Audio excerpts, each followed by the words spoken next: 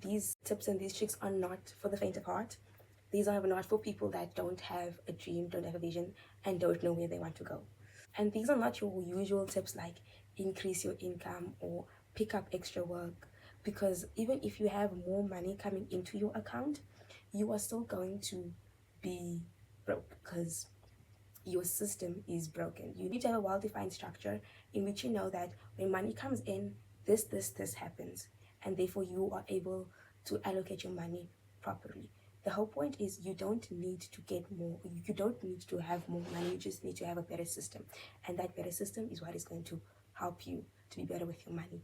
And the best time to start is I'm going to base all of these tips on the assumption that one, you either have that you have some source of income, whether that be that you have a side business, whether you do nails, lashes, whether you do hair, whether you cut grass, I don't know what you do, but if you have I'm basing all of these off on whether you have a source of income or whether you receive an allowance of some sort. As long as you have money flowing in, no matter how small it is or how small the amount is, all of this is based off on that first thing. I think the most important tip on the list is do not, and I repeat, do not sign any contracts that you are 100% certain on. Do not co-sign on any leases. Do not, unless you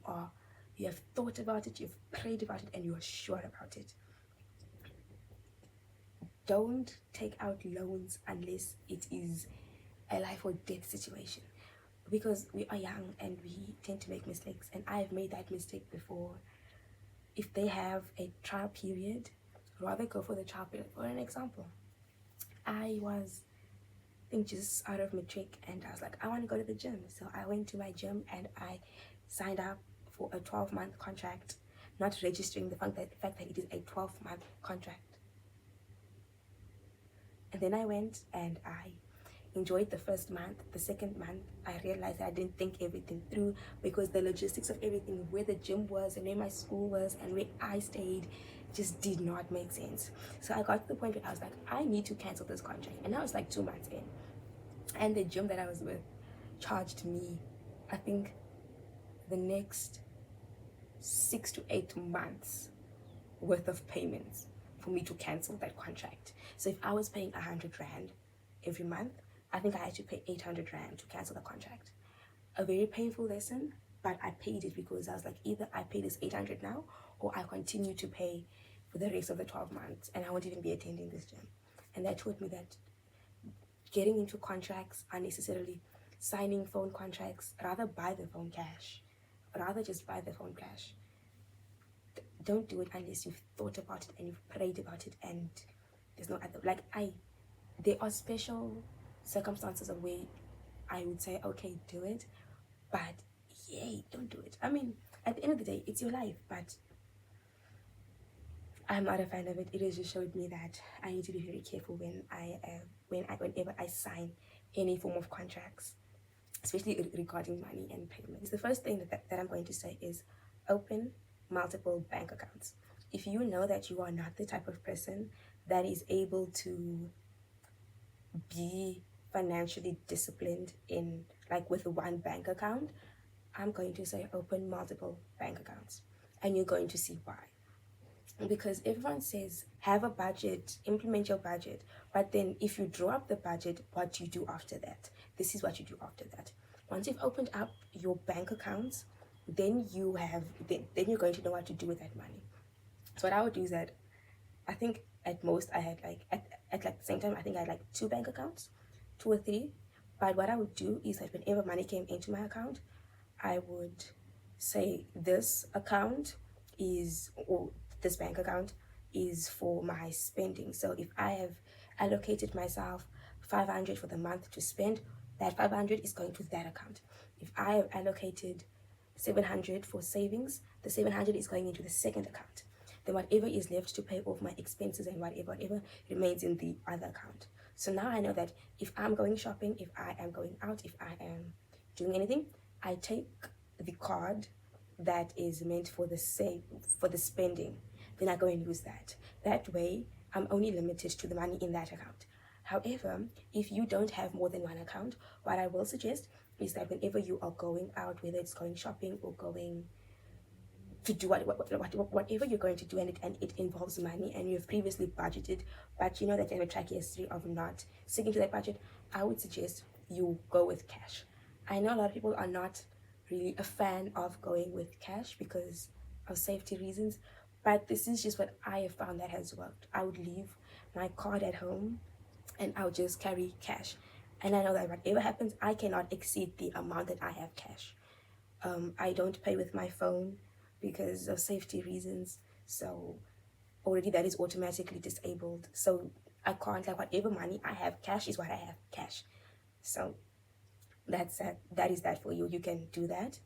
And then the second thing that I'm going to suggest is when you're going to school, pack lunch. Or wherever you're going, I would suggest that you take lunch with you. Because I don't know about your schools, but I don't know why they tend to make campus food really expensive. And you think that you're not going to get hungry, and after spending the day going from class to class and just sitting during lunch and hunger attacks you, then you're tempted to go and buy food, to buy really expensive but not even filling food.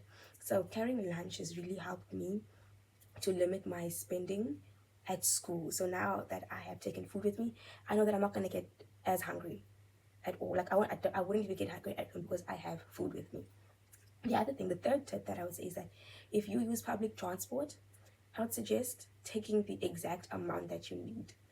Obviously, you do want to leave like money for in case of emergencies, but what I would do is that I would take, when I was still using public transport, I would take the exact amount down to the rand that I needed for my entire journey to and fro.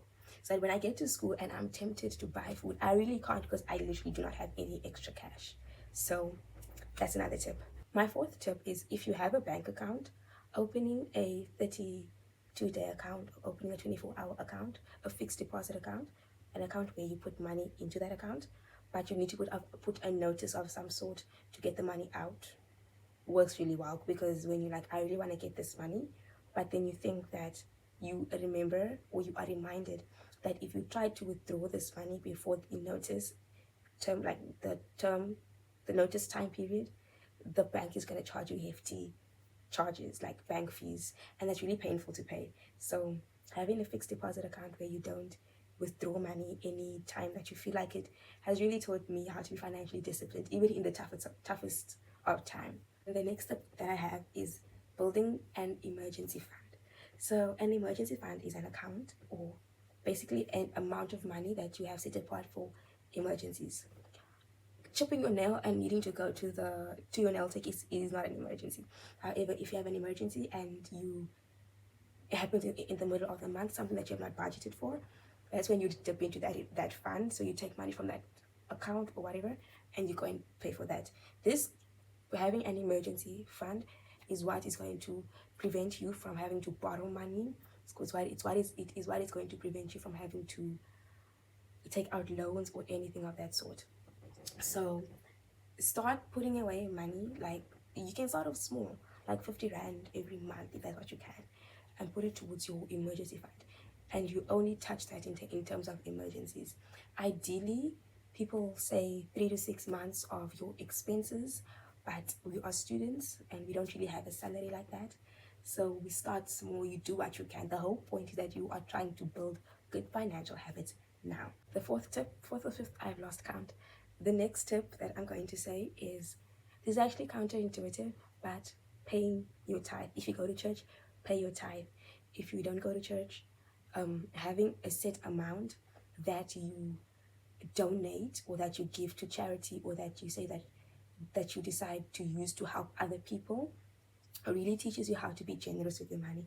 Because there's no point in you having all this money but you're really stingy with it. I mean, God has blessed you with all of this money, and there's no point for you just to hoard it all to yourself. So having a specific amount where you say, with this money I'm going to go and I'm going to give it to God, or I'm going to help the man by the street, or I'm going to buy my niece a new toy that she's been wanting, whatever it is. But this teaches you how to be generous. And I know it's counterintuitive, but having financial having good financial habits and discipline is more than just trying to keep it all. It's also trying to spend it all wisely. And speaking of spending, the next step that I have is that you need to have a certain amount that you say that every month I'm going to spend this amount. So I'd like to call it my miscellaneous fund. And in this one, if I have 800 Rand, then I can say, okay, every single month I can spend 800 on whatever I want. Then you know that whatever you want is within, it has to fit within that 800 Rand, and it cannot exceed that 800 Rand. Again, you don't want to, it shouldn't feel like a prison system. It shouldn't be straining. It should, again, these things is what it takes quite a long time for you to build these habits. So the sooner that you can build them, the better. And again, you're trying to build these habits for the long term, not just the short term. The second last step would be having a savings and investment account. If you are afraid, there are a lot of apps and a lot of websites that are out there that allow you to save and to invest with them, but I do know that there's a lot of skepticism when it comes to these sites. If you are not comfortable with doing that, you can open a fixed account or fixed deposit account or a fixed term account with your bank where the money is in your account, but again, you need to put in a notice beforehand.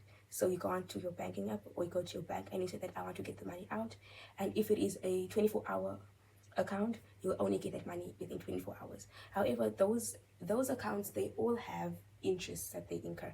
So if you put 10 Rand, depending on the interest rate that your bank is going to offer, or whichever site you're using, you'll get like 1 Rand for every couple of months that you leave the money in there.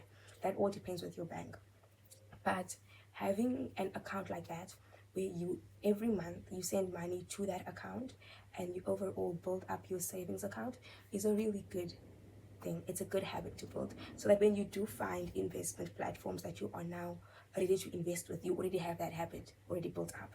So even if you don't have a bank account, getting a piggy bank and you start there. Again, the whole point is starting, and the best place to start is starting small, but the best time to start is starting now.